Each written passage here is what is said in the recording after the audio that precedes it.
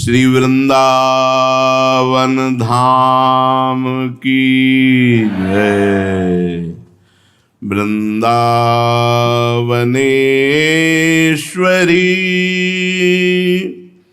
तवैव पदारविंदम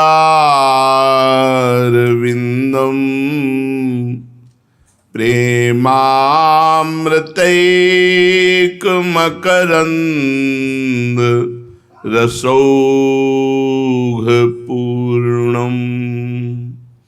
हृद्यर्पितं मधुपते स्मरतापमूग्रं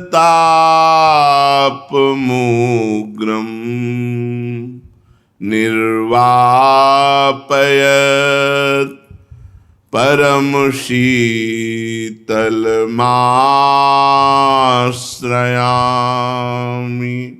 परमशीतलमाश्रयामि।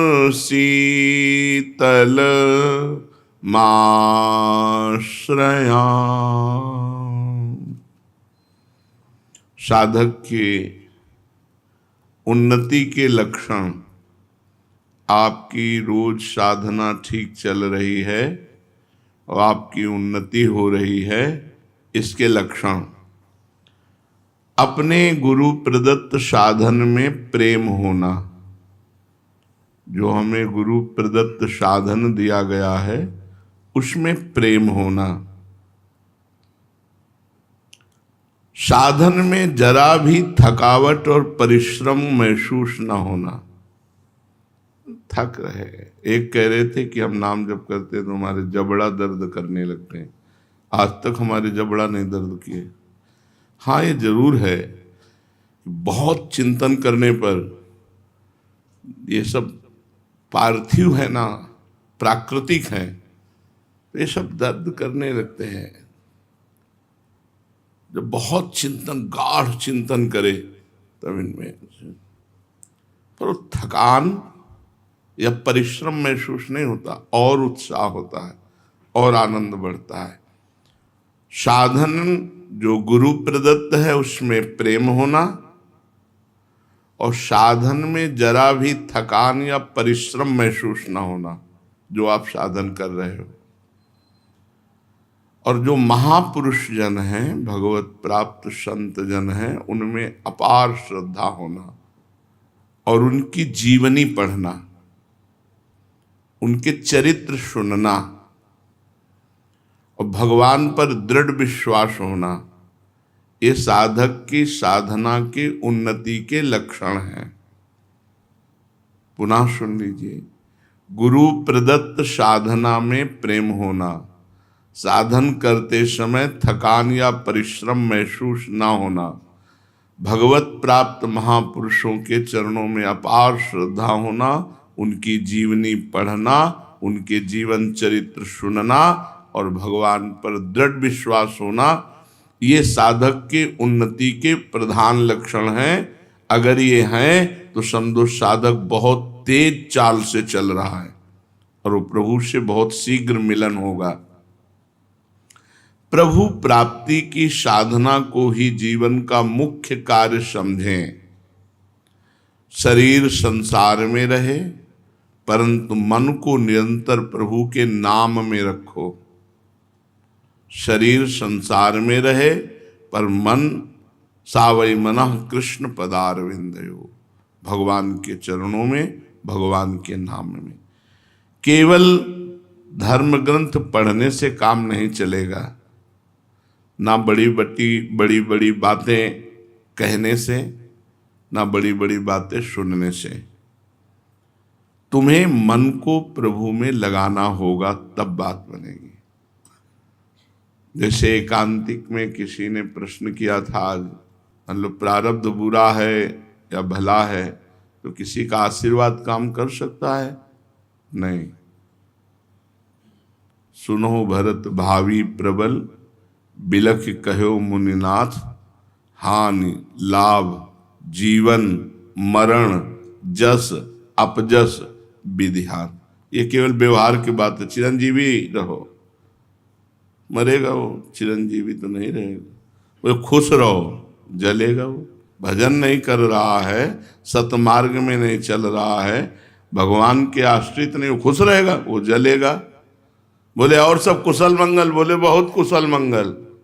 गोस्वामी जी कह रहे तब लग कुशल न जीव कौं, सपने हूं मन विश्राम।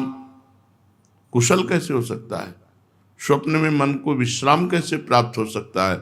जब लग भजतन राम को शोक धाम तज। और बिना मंगल भवन भगवान का भजन के मंगल हो सकता है? तो कुशल मंगल कब? जब भगवान का भजन हो रहा है तब, नहीं तो केवल व्यवहारिक बातें हैं। कुशल मंगल पूछना या खुश रहना या चिरंजीवी रहो, ये सब आशीर्वाद केवल व्यवहार के हैं, ये काम नहीं करेंगे।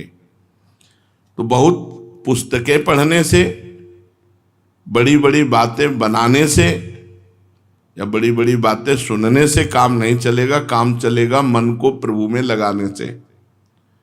मन को प्रभु में कितना लगाते हो, खास बात यह है। भगवान के स्मरण, चिंतन और गुणगान में जिसका सारा समय व्यतीत होता है वही उत्तम साधक है। भगवान के चिंतन, स्मरण और गुणगान में जिसका समय व्यतीत होता है, सारा समय, कभी भगवत चिंतन कर रहा है, कभी नाम कीर्तन कर रहा है, कभी भगवान की चर्चा सुन रहा है, कभी भगवान की चर्चा कर, सारा समय इसी में जाता है, धन्य है उसका जीवन, उत्तम जीवन है। जिस पर भगवान के सिवा और किसी पुरुष, स्त्री, किसी परिस्थिति, घटना का कोई प्रभाव नहीं है, जो हर समय एकमात्र अपने भगवान के चिंतन में, उनकी शरण में रहता है, वो बहुत उत्तम साधक है। न किसी स्त्री का चिंतन है, न किसी पुरुष का, क्योंकि प्रभाव ही नहीं किसी का, न किसी परिस्थिति का चिंतन है, न किसी घटना का चिंतन है, हर समय भगवान के चिंतन में है, वही महापुरुष है। तुम चेष्टा करो, सारे प्रभावों से छूटकर एकमात्र भगवान का चिंतन हो, चेष्टा करो। तुम्हारा परिचय केवल भगवान से होना चाहिए। सबको भूल जाओ और ऐसे आचरण करो कि सब तुम्हें भूल जाएं। सबको भूल जाओ और ऐसे आचरण करो कि सब तुम्हें भूल जाएं। एक साधक के परिवार के जन आए थे, उनका वो रो रहे थे कि मिलता ही नहीं। उनका हमने तो अनुमति दे रखी है, बोले वो मिलना ही नहीं चाहता। बुलाया, अब मिलो। साष्टांग दंडवत किए, माता पिता सबके सर झुकाए खड़ा रहा, चल न एक नेत्र भर के देखा, न एक शब्द बोला, बस साष्टांग दंडवत किया, हाथ जोड़े खड़ा रहा। जब खड़ा रहा तुम कहा जाइए, तो चल दी, कोई मतलब नहीं। तुम ऐसे आचरण करो कि तुम्हें सब भूल जाए और तुम सबको भूल जाओ। एकमात्र भगवान से हमारा संबंध और उन्हीं की याद रहे। केवल भगवान की प्रसन्नता के लिए तुम्हारी चेष्टा हो। चाहो, ये चाह करो कि तुम केवल भगवान के हो, जगत में कोई तुम्हारा नहीं और तुम किसी के नहीं। ये बहुत बड़ी बात है, बहुत बड़ी बात। ये मत सोचो कि तुम्हारा क्या होगा, बहुत मंगल होगा, बहुत मंगल होगा। यदि तुमने सारे संबंध काट दिए और एकमात्र भगवान से संबंध रखा, फिर देख लेना अपने जीवन को कैसा आनंदमय, कैसा मस्त जीवन होगा। भगवान के सिवा भगवान से भी कोई चाह मत करो। मिलो तो आप अपनी माया मत दो मुझे। मैं कोई कामना करूं तो पूर्ण मत करना। भगवान से प्रार्थना करनी चाहिए कि मैं कोई कामना भी करूं तो पूर्ण मत करना। बड़ी घाटा हो जाता है, बड़ी हानि हो जाती है जब हम भगवान से कुछ ले लेते हैं। बहुत लंबा समय निकल जाता है क्योंकि हमने भगवान से बढ़कर उसे प्रिय माना। अब उस वस्तु, व्यक्ति, स्थान में लगाव होगा, बड़ा लंबा समय निकल जाएगा। तो हे भगवान, यदि हम आपके सिवा आपसे कुछ मांगे भी तो आप हमें न देना। साधक को चाहिए कि अगर भगवान से मांगे तो सिर्फ भगवान मांगे, आप मिल जाओ, आपका प्रेम मिल जाए, आपका चिंतन मिल जाए। विश्वास केवल भगवान में करो, आवश्यकता केवल भगवान की रखो, चाह केवल भगवान की, साधना केवल भगवान की। ये महापुरुष के लक्षण हैं। ये चार बातें जिसमें हैं वो महापुरुषों के मार्ग में चल रहा है। विश्वास भगवान में, किसी व्यक्ति पर नहीं। आवश्यकता केवल भगवान की। क्या आवश्यकता है आपको? केवल भगवान चाहिए, नहीं और कुछ नहीं, और कुछ नहीं। जा ही न चाहिए कबहू कछु नहीं, और हमारी आवश्यकता केवल भगवान। विश्वास सिर्फ भगवान में, आवश्यकता सिर्फ भगवान की, चाह सिर्फ भगवान की, और साधना सिर्फ भगवान की। भगवान की ही साधना। ये चार बातें जिस साधक में हो वो महापुरुष होने जा रहा है। बड़ा भाग्यशाली है जिसके अंदर ये चार बातें हैं। विश्वास, आवश्यकता, चाह और साधना, चारों भगवान में। भगवान के सिवा और कोई साधन नहीं, भगवान के सिवा और कोई चाह नहीं, भगवान के सिवा और कोई आवश्यकता नहीं, भगवान के सिवा और किसी में विश्वास नहीं। दृढ़ विश्वास, अचल निज धर्मा। अपने साधन पर अचल और भगवान में दृढ़ विश्वास और चाह और आवश्यकता भगवान की, वो महापुरुष होगा। इसी के आगे केवल केवल भगवान में प्रेम हो जाता है और वो साधक मस्त रहता है। कर्म भगवान की प्रसन्नता के लिए करो, पर भगवान की प्रसन्नता के लिए कर्म करने वाला साधक ये नहीं चाहता कि मेरे कार्य को लोग सराहें, मेरी बड़ाई करें, मेरा सम्मान हो, मेरी जीवनी लिखी जाए, मेरा स्मारक बने। ये इच्छाएं उसी में रहती हैं जो तुच्छ मान का गुलाम होता है। मान का, कहीं ना कहीं मान की इच्छा, विषयों का, भगवत भक्ति का स्वांग धरकर अपने आप को धोखे में डालना है। यदि ये बातें हों, ऐसे बनो कि जगत के लोग परिचय में ही ना आवे, ना उनका परिचय प्राप्त करो और ना तुम उनके परिचय में आओ। ऐसे जीवन बिताना चाहिए। जगत के लोगों के परिचय में अहंकार जागृत होता है, मैं कुछ हूं, फिर प्रभु का दासत्व तो नहीं आएगा। बहुत सूक्ष्म है प्रभु का दासत्व। ना उनका परिचय प्राप्त करो, गुरु कृपा से कभी नहीं पूछ तुम कहां से आए हो, तुम कौन हो, तुम्हारा क्या नाम है। सही पूछो तो हमारे पास जो साधक 10 वर्ष से रह रहे हैं, हमें ये नहीं पता कि वो किस जिले के हैं, किस प्रांत के हैं, किस जाति के हैं, किस हम ये सब हैं अपने। अब कोई मजाक ही मानेगा कि तुम्हारे पास से 10 वर्ष रह रहे हैं और तुम्हें पता नहीं कि ये कहाँ के हैं। हमें नहीं पता ये कहाँ से आए, मुझे नहीं पता, सत्य कह रहा हूँ, मुझे नहीं पता। बस ये हैं श्री जी के हैं, बस इतना मान करके शुरू से आज तक संबंध हमें नहीं पता। और सब पुराने लोग हैं, हमें नहीं पता, हमने कभी पूछा ही नहीं तुम किस गांव के हो, तुम किस प्रांत के हो, किस ये सब परिचय ये नहीं, हमें नहीं पता। लोग आश्चर्य मानेंगे कि 10 साल तुम्हारी सेवा में रहे हो, तुम जानते नहीं किस गांव का। नहीं जानते भाई, हमने पूछा ही नहीं कभी, आज तक नहीं पूछा, किसी से नहीं पूछा। जो शिष्य बनते कभी नहीं पूछा कहाँ के हो तुम, कौन सी जाति के हो, क्या, ये सब कुछ रहे भाई। इतना पूछा है तुम्हें घर परिवार से प्रेम है? नहीं, चलो बनो बाबा जी, चलो बस भगवान के मार्ग में चलो, बस इतना परिचय है। किसी का परिचय मत जानो। ऐसी चेष्टा करो कि तुम सबको भूल जाओ और तुम्हें सब भूल जाए, केवल प्रभु याद रहे।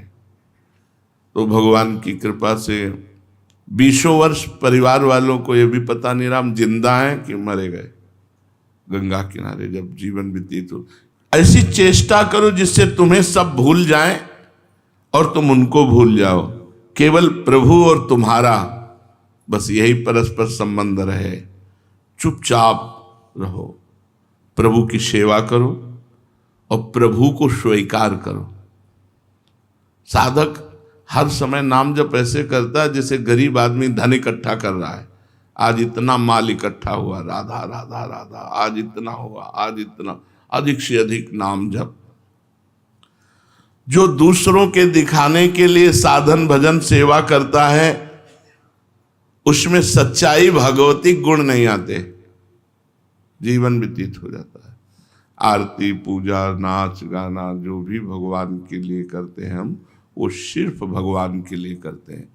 दिखावा नहीं होना चाहिए, दिखावे के लिए भक्ति नहीं होनी चाहिए, नहीं तो आप में भागवतिक सद्गुण नहीं आएंगे, आप में क्षमता नहीं आएगी विकारों के वार को सहने की।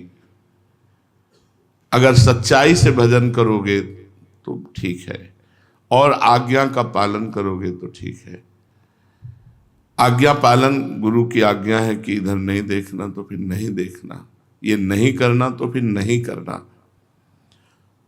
जो दूसरों के दिखाने के लिए सेवा करता है, दूसरों के दिखाने के लिए माला चलाता है, दूसरों के दिखाने के लिए भक्ति का स्वांग करता है, उसमें भागवतिक सद्गुण नहीं आते, उसमें विकारों की सहने की क्षमता नहीं होती।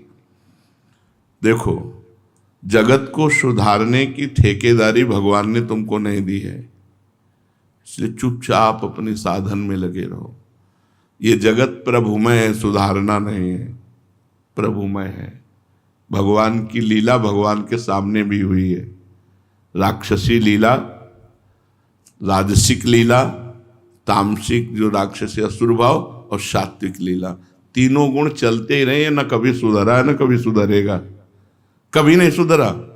क्यों? क्योंकि भगवान ही स्वयं तीन गुणों का पर्दा डालकर खेल रहे हैं और ये खेल चलता रहेगा। जैसे भगवान श्री राम ने जब दंडकारण्य के ऋषियों से पूछा कि हड्डियां किसकी हैं, तो उनका जान करके अनजान की तरह पूछते हो स्वामी, ये तो ऋषियों की, ब्रह्म ऋषियों की हड्डियां हैं जिनको राक्षसों ने खा खा करके डाल दिया। तो भुज उठाए प्रणकीन निश्चरहीन महि करो, मैं भुजा उठाकर संकल्प करता हूं कि राक्षसों से हीन कर दूंगा भूमि को। नहीं, क्यों? क्योंकि उनकी लीला है, तमोगुणी लीला है। भगवान का अवतार हुआ कृष्णचंद्र जी का, अधर्मी पुरुषों को नहीं रहने दूंगा, मैं दुष्टों का विनाश कर दूंगा। लेकिन क्या विनाश हुआ? क्या नहीं हुआ। नहीं तो दुष्ट रहे नहीं जाते पृथ्वी में। क्यों? ये लीला भी तो उन्हीं की है, ये उन्हीं की लीला है। तो तुम ठेकेदारी छोड़ दो कि संसार को सुधार दोगे। रामकृष्ण के अवतार में भी ये पूरा नहीं सुधरा संसार, हम लोग भी तो रहे होंगे, अविनाशी जीव हैं तो कहीं ना कहीं रहे होंगे, भले चिपकली बने हो लेकिन रहे तो होंगे। तो हमारा कल्याण तो नहीं हुआ ना, हमारी दुष्टता तो नहीं गई ना। भजन, जगत को सुधारने की ठेकेदारी छोड़ दो, ये भगवान ने तुमको नहीं दी है। जगत प्रभुमय है, तुम केवल अपने आप को सुधारो, अपने आप को। तुम प्रभु के चरणों पर न्यौछावर हो जाओ और चुपचाप पड़े रहो दीन की तरह, उद्धार हो जाएगा। पड़े रहो दरबार में, कभी न कभी दीनानाथ की भनक पड़ेगी कान में, ये दास पड़ा है 20 साल से, जागृत कर देंगे हृदय में ज्ञान विज्ञान भक्ति। पर पड़े नहीं रहते लोग ना, हरकत करते रहते हैं, पड़े कहाँ रहते हैं। पड़े रहो तो बढ़िया बात है, 24 घंटे पड़े रहो तो तुम्हारे मुंह के सामने भोजन रखा जाएगा। पड़े रहो, नाम जप करते हुए पड़े रहो। 20 साल से सोलर में एक संत थे, 4 पाई से नहीं उठे, 20 साल।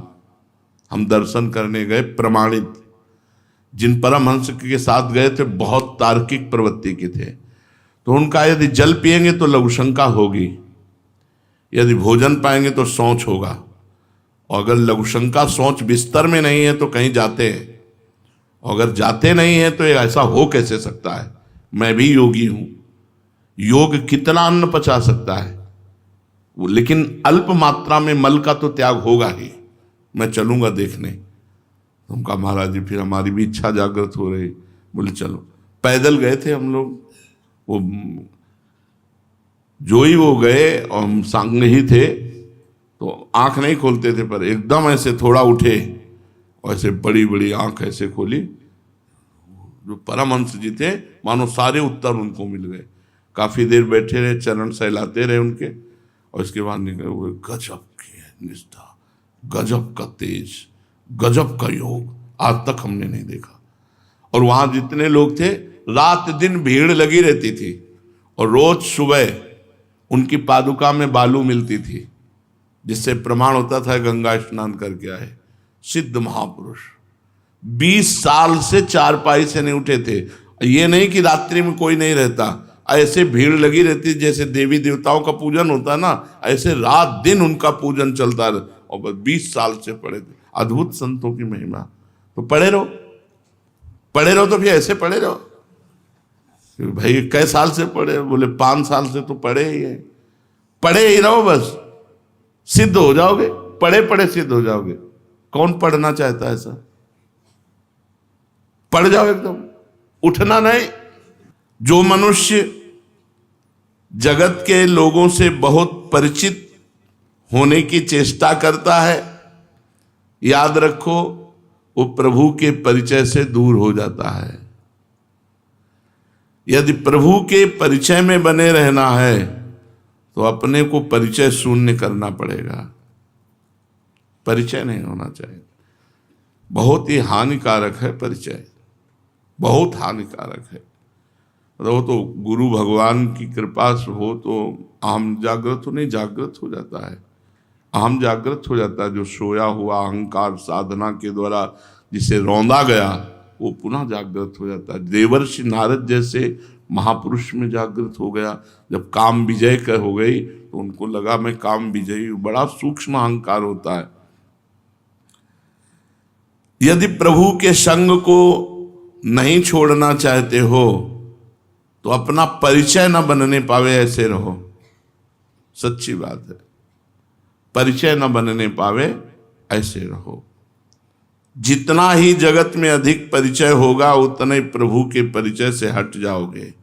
यदि अहम जागृत हो गया तो नष्ट हो जाएगा साधक। तो प्रभु की तरफ जो आकर्षण है वो हट करके जनता की तरफ हो जाएगा, और जीवन का जो लक्ष्य है वो बदल जाएगा।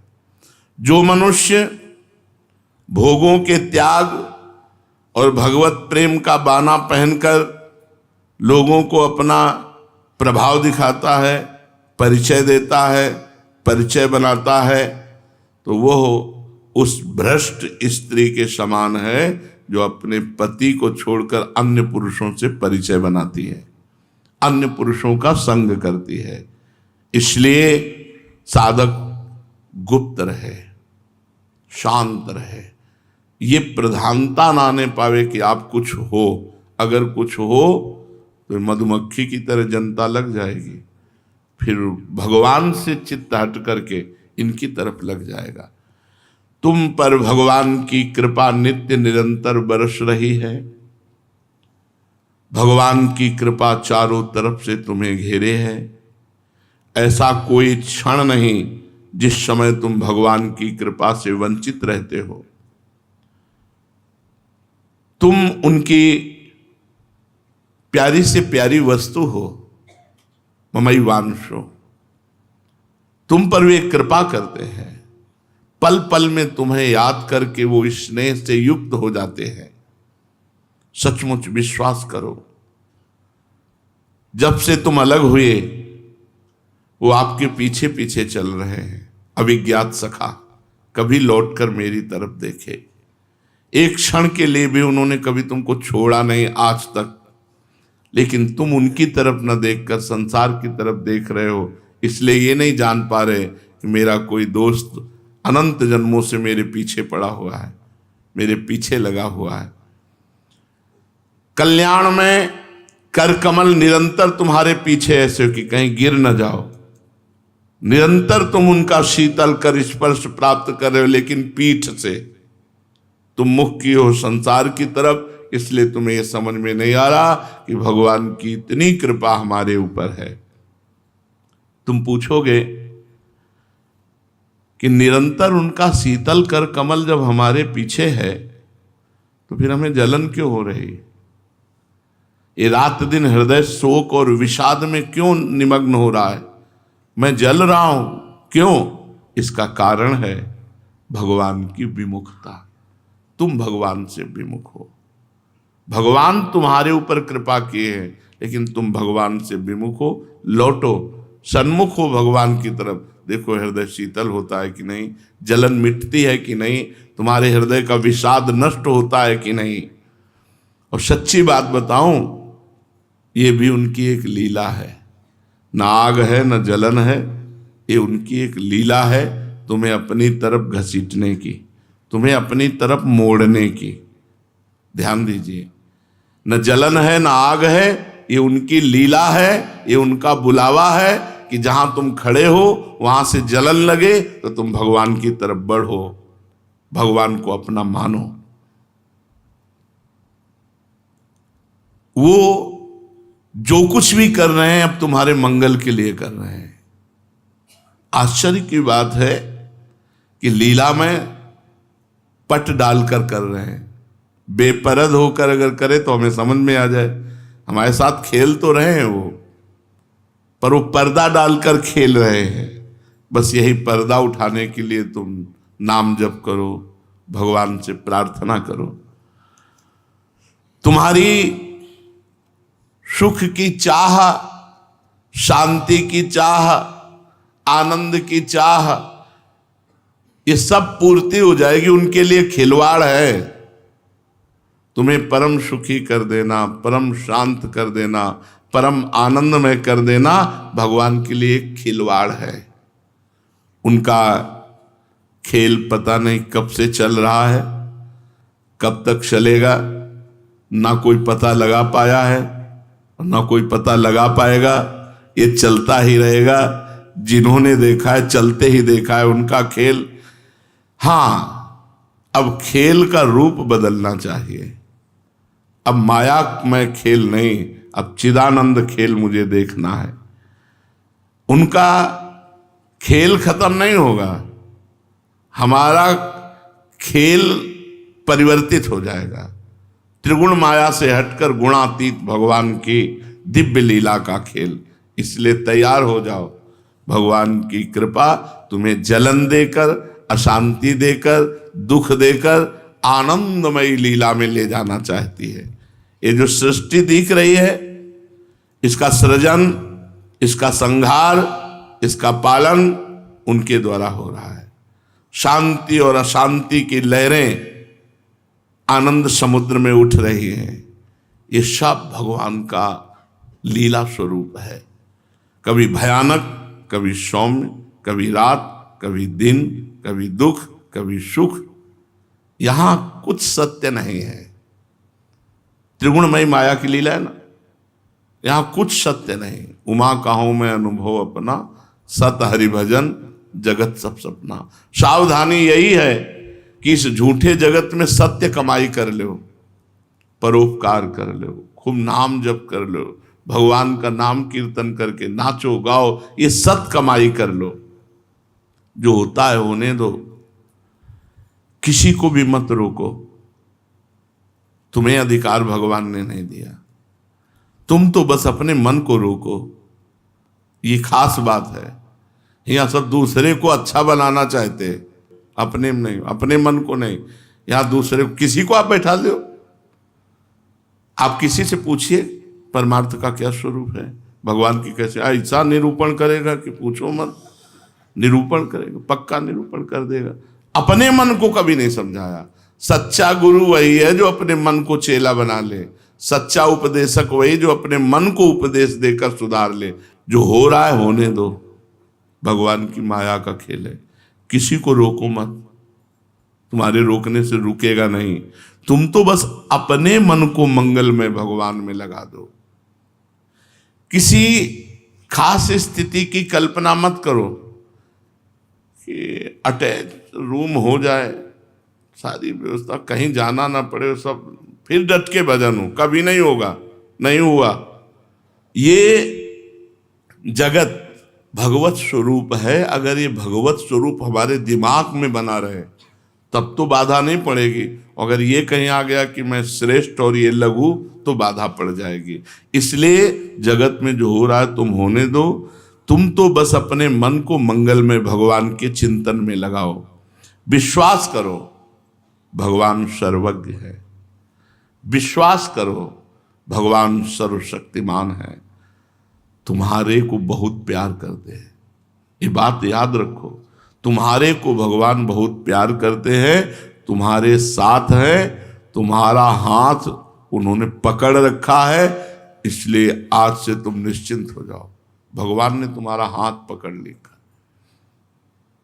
एक संत ने गाया है, सीताराम सीताराम सीताराम कहिए, जाहि विधि राखे राम ताहि विधि रहिए। बड़ा बढ़िया सिद्धांत है। मुख में हो राम नाम, राम तेरे हाथ में, बंदे तू अकेला नहीं, राम तेरे साथ में। मुख में हो राम नाम, राम तेरे हाथ में। अगर नाम चल रहा है तो भगवान तुम्हारे हाथ में है। भगवान का भजन कर रहे हो तो भगवान तुम, बंदे तू अकेला नहीं, राम तेरे साथ में। विश्वास करो भगवान सर्वज्ञ हैं, सर्वशक्तिमान हैं, तुमको बहुत प्यार करते हैं, सदा सर्वदा सर्वत्र तुम्हारे साथ हैं, और तुम्हारा हाथ उन्होंने अपने हाथ में पकड़ लिया है। ये जो सौभाग्य मिला है, धामवास, सत्संग, नाम वाणी, ये सब भगवान ने हमें पकड़ रखा है। नहीं तो माया के प्रवाह में कब बह गए होते। और जो दुर्भाग्यवश बह गए तो फिर बह गए, देख रहे हो दुर्दशा हो जाती जीव की। जो बह गया सो नाम धाम सब छूट जाता है। पड़ा रहे यहाँ तो मृत्यु होते ही भगवत प्राप्ति हो जाएगी, चाहे कोई साधना ना की हो, क्योंकि भगवान का मंगलमय धाम है। विश्वास करो तुम्हारे अंदर भगवान शक्ति का पुंज एकत्रित किए हुए है। तुम्हारे अंदर भगवान की दिव्य शक्ति छिपी हुई है, बस तुम्हें उसे जागृत करना है। शक्ति जो अंदर छुपी हुई है उसे जागृत करना है नाम जप के द्वारा। खूब नाम जप करो, दिव्य शक्ति तुम्हारे अंदर भगवान ने दी, उसको भगवान तुम्हें जागृत करना पड़ेगा। ये सेवा भगवान ने दी। माल रख दिया है, खोलना तुम्हें पड़ेगा। चाबी है नाम। जितना नाम जप करोगे, मानो आप भगवान की दिव्य शक्ति जो तिजोरी में रखी हुई उसको खोल रहे हो। अपार शक्ति। संतों में जो दिव्यता पाई गई वो भगवान के नाम से ही तो पाई गई। उनकी शक्ति के सामने तुम्हारा पाप कुछ नहीं कर पाएगा। अगर कोई पाप हो गए हैं, कुछ नहीं कर पाएगा। शोक, मोह, विषाद, दुख, माया, ममता की ताकत नहीं कि भगवान की शक्ति जागृत हो जाए और तुम्हें छू ले। है शक्ति सबके अंदर, उसे जागृत करना है। जैसे दूध में घी है, जैसे मेहंदी में लालिमा है, ऐसे ही परमात्मा शक्ति सबके अंदर है, पर उसे जागृत करना है। खूब नाम जप करो, सच्चे आचरण से चलो, शक्ति जागृत हो जाएगी। कोई भी पाप, ताप, शोक, मोह, विषाद, दुख, माया, ममता की ताकत नहीं कि तुम्हारे को छू सके। जब भगवान की शक्ति जागृत हो जाती है, तुम्हें वश में कर सके, ऐसी कोई ताकत पैदा नहीं हुई। इतनी सामर्थ्य तुम्हारे अंदर विराजमान है। तुम पर पाप, ताप आदि का आक्रमण तभी होता है जब तुम भगवान को भूल जाते हो, भगवान की शक्ति को भूल जाते हो। जब तुम अपने देह की तरफ देखते हो तब तुमसे पाप, ताप ये सब, और जब भगवान की तरफ देखते हो तो भगवान की शक्ति जागृत होती है। विश्वास करो, तुम चाहो तो अपनी शक्ति से भगवान को अधीन कर सकते हो। ऐसी शक्ति भगवान ने दे रखी। चाहो तो तुम भगवान, अहम भक्त पराधीनो असुतंत्र युधिष्ठ, जो अतिगज मत निरंकुश मोहन, वो कह रहे हैं अहम भक्त पराधीनो, जो परम स्वतंत्र न सिर पर कोई, भावे मने करे ये सोई।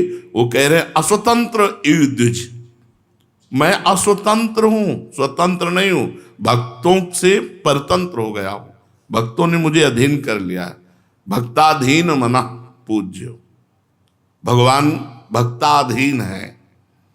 तुम्हारे अंदर ऐसी शक्ति कि तुम भगवान को अधीन कर सकते हो। और तो और की बात है, शांति, अशांति, आनंद, शोक, वैराग्य, आसक्ति, ज्ञान, अज्ञान, प्रकाश, अंधकार, हर्ष, विषाद, आशा, निराशा, अनुभव, कल्पना, ये सब समान हो जाएंगे।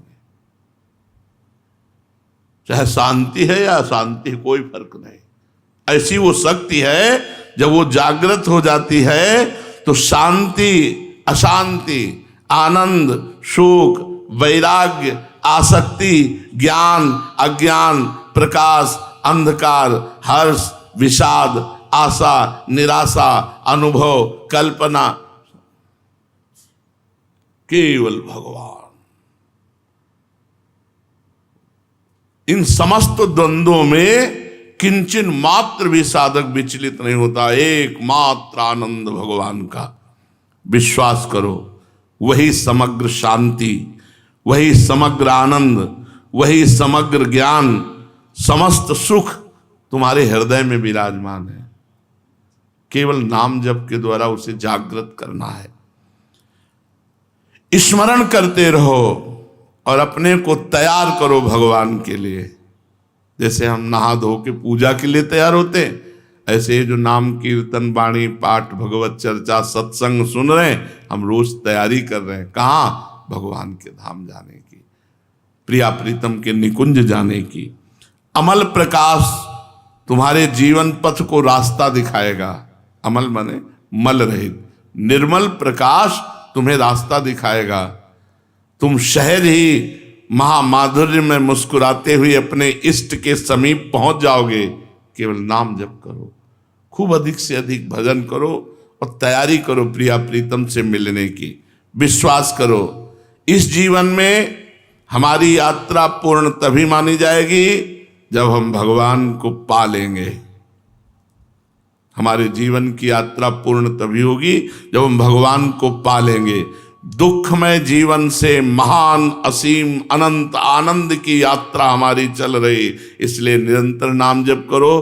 कोई पाप आचरण ना होने पावे, दुनिया से मतलब मत रखो, छुप के भजन करो, तो भगवान जो छुपे हुए हैं वो तुम्हारे सामने नहीं छुपेंगे, प्रकाशित हो जाएंगे। तुम छपोगे, भगवान छुपे रहेंगे, वो प्रकाशित नहीं होंगे। शेष चर्चा आगे। श्री राधा वल्लभ लाल की।